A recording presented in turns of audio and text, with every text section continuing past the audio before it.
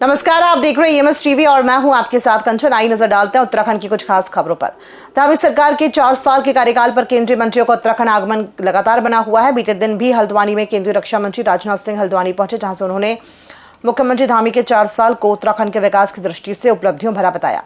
प्रदेश प्रवक्ता भाजपा मथुरा दत्त जोशी ने भी मुख्यमंत्री धामी के कार्यों का जिक्र करते हुए कहा कि इन 4 सालों में मुख्यमंत्री ने प्रदेश में यातायात कनेक्टिविटी, जिसमें रेल, हवाई और सड़क मार्ग शामिल है, का विकास करने के साथ ही उत्तराखंड को पहला राज्य बनाया जिसने UCC को लागू किया है।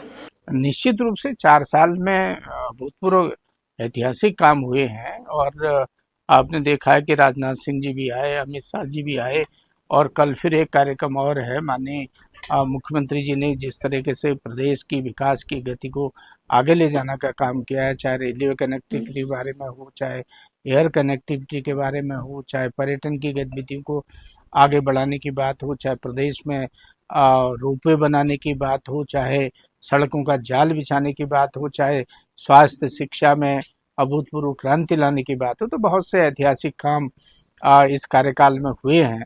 UCC लागू करने का काम, उत्तराखंड पहला प्रदेश है जिसने समान नागरिक संहिता को लागू करने का काम किया है और निश्चित रूप से भी आप देखेगा आने वाले समय में और भी केंद्र के बड़े नेता यहाँ पर आएंगे और 4 साल में जो अभूतपूर्व काम हुए हैं, ऐतिहासिक काम हुए हैं, ऐसे काम आज तक कभी नहीं हुए।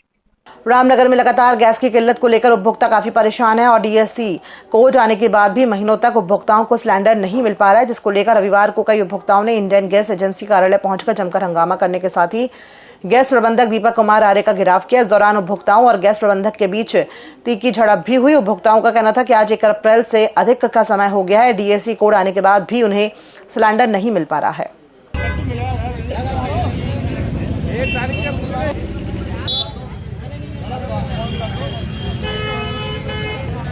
क्या नाम है आपका?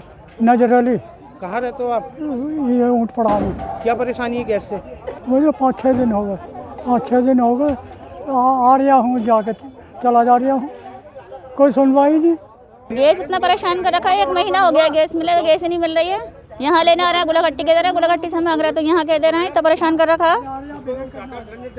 ब्लैक में देखो 1700 1800 रुपये का गैस ले लो, वहाँ से मिल जा रही हाथों हाथ, और यही गोदाम वाले गाड़ी में वाले बेच रहे हैं 1700 का। उसमें सर हम अभी यही कहना चाहेंगे, देखिए क्या कहते हैं, ब्लैक मेलिंग में अब ये मान के चलिए, अभी हमारे जैसे डिलीवरी मैन जिस एरिया पे जा रहा है तो उपभोक्ता ही वहाँ पे इतने ज़्यादा हैं कि ऐसा अभी तक हमारे पास कोई संभव है नहीं कि वो कुछ ऐसा काम कर सके कि इसमें फिर भी हम जो है अपने डिलीवरी मैनों को निर्देशित कर रहे हैं प्रतिदिन कि आप जो है ये लिस्ट के माध्यम से हम जो है बांटने के प्रयास कर रहे हैं कि जिससे सही उपभोक्ता को गैस प्राप्त हो सके।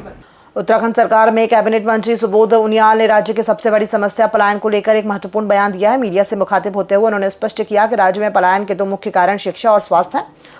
उन्होंने कहा कि जब तक बुनियादी सुविधाओं में मजबूती नहीं आएगी तब तक पहाड़ों से हो रहे पलायन को रोकना एक बड़ी चुनौती बनी रहेगी। क्योंकि राज्य में पलायन के 2 ही कारण है, शिक्षा और स्वास्थ्य।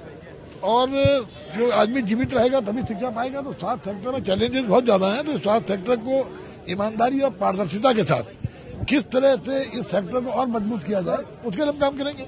उत्तराखंड सरकार के नवनियुक्त कैबिनेट मंत्री खजान दास ने महत्वपूर्ण विभागों की जिम्मेदारी मिलने पर मुख्यमंत्री का आभार जताया। मीडिया से मुखातिब होते हुए उन्होंने कहा कि समाज कल्याण विभाग के साथ उनका पुराना अनुभव रहा है, जिसका लाभ अब प्रदेश की जनता को मिलेगा।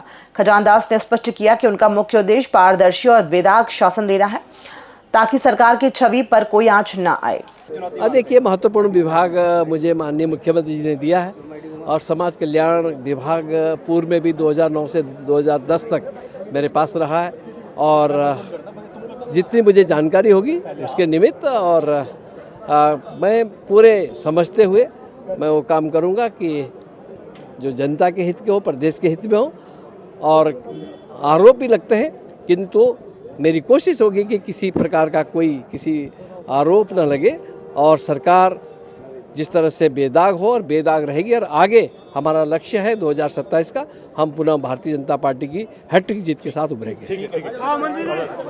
उत्तराखंड में हर वर्ष चलने वाली चारधाम यात्रा का 19 अप्रैल 2026 से एक बार फिर आगाज होने जा रहा है, लेकिन इस बार की चारधाम यात्रा के शुरू होने से पहले चारधाम यात्रा से जुड़े कई विषय विवाद बनते जा रहे हैं।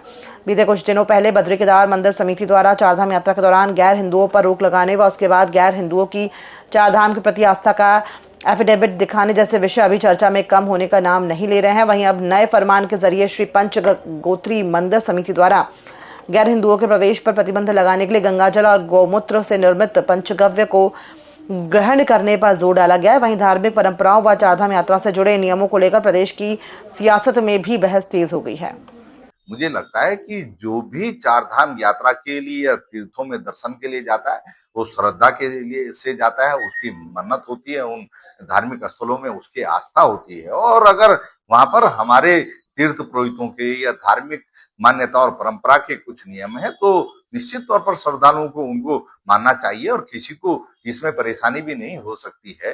केवल जो है राजनीतिक कारणों से भारतीय जनता पार्टी और उससे जुड़े हुए संगठन इस प्रकार के विवाद खड़ा कर रहे हैं कि जनहित के मुद्दों से और भ्रष्टाचार के मुद्दों से जनता और श्रद्धालुओं का ध्यान भटकाया जा सके। लेकिन श्रद्धालु भी और जनता भी अब भाजपा की मंशा को भली भांति समझती है, वो अब उसके एजेंडे में नहीं फंसने वाले। धाम के रावल के बयान पर तो निश्चित तौर पर उन्होंने एकदम सही बात कही है कि जो हमारे पंचगव्य को धारण करता है, जो हमारे पंचग्रह को ग्रहण करता है, वो निश्चित तौर पर हमारे सनातन संस्कृति को अपनाने के लिए आगे आता है।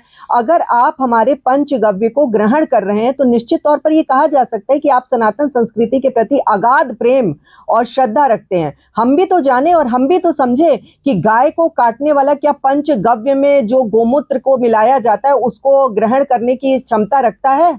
ये चीजों से भी तो ये चीज क्लियर हो जाएंगी, क्योंकि हमारे तीर्थ धाम पूरी तरीके से एक देवभूमि उत्तराखंड को जो जाना जाता है वो पवित्र स्थल है।